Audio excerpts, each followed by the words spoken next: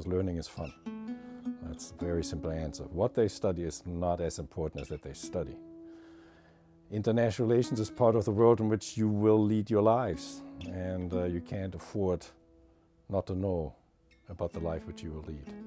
And at Cornell, the student body is so diverse, even if you don't study, you meet a lot of the world right here, in many ways which are not always easy to articulate. The most important one is it takes time away from research.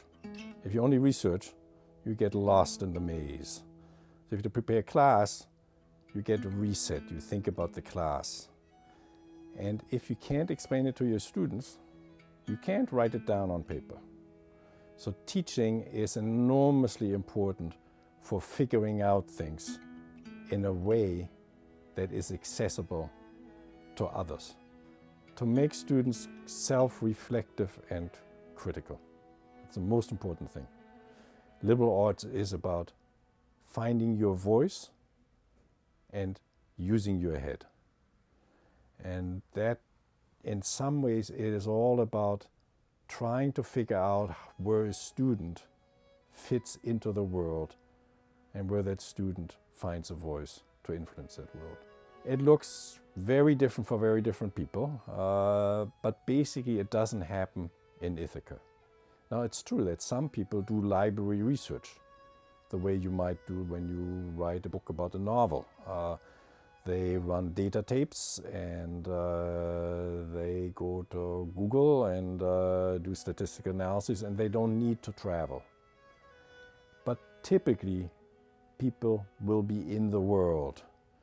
They might go just to sort of look around, get a feel for a place, and then come back and run their data tapes. Or they might go and immerse themselves. So there are 3 or 4 transmission belts between the academics and the elite doing the deciding and having the power. But the elite is only one part of the world. Think about the other part of the world, the people who are just people, who just lead their lives. They, in fact, are informing the research by what they do. You got the Arab Spring, academics will notice. And they'll say, we didn't see it coming. Neither did the elites in power. Why is that? And so it's a two-way street in which the world, the majority and the elite, and the academics in the university interact with one another. But they don't interact directly. For that, there's too many steps in between. And there are many intervening, the journalists, and the media and the pundits and the think tanks. They're all producing knowledge of a certain kind, and they're all compressing information. And these are things which academics are not particularly good at. Scholarship is about scholarship. It's not about compressing information or making it palatable. A lot of other people do that. It's one of the vagaries of life.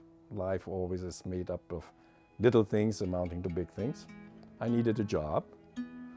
I was finishing a dissertation. It was a dissertation which was very specialized, and some people were interested in it, a lot of people weren't. And there was an opening here, people saying, that's the dissertation for this kind of job. Let's see whether he comes. And then, I was married at the time. I said, well, but I will need a second job. They said, we don't have a second job. I said, I understand. What about next year? And we're not sure about next year. I said, okay, we're coming. But if there's no second job, I don't think we'll stay. And so then, within a couple of years, there was a second job for my wife, Professor Katzenstein. And once we had 2 jobs, we were pretty happy here. Good university, good student, beautiful countryside, great library.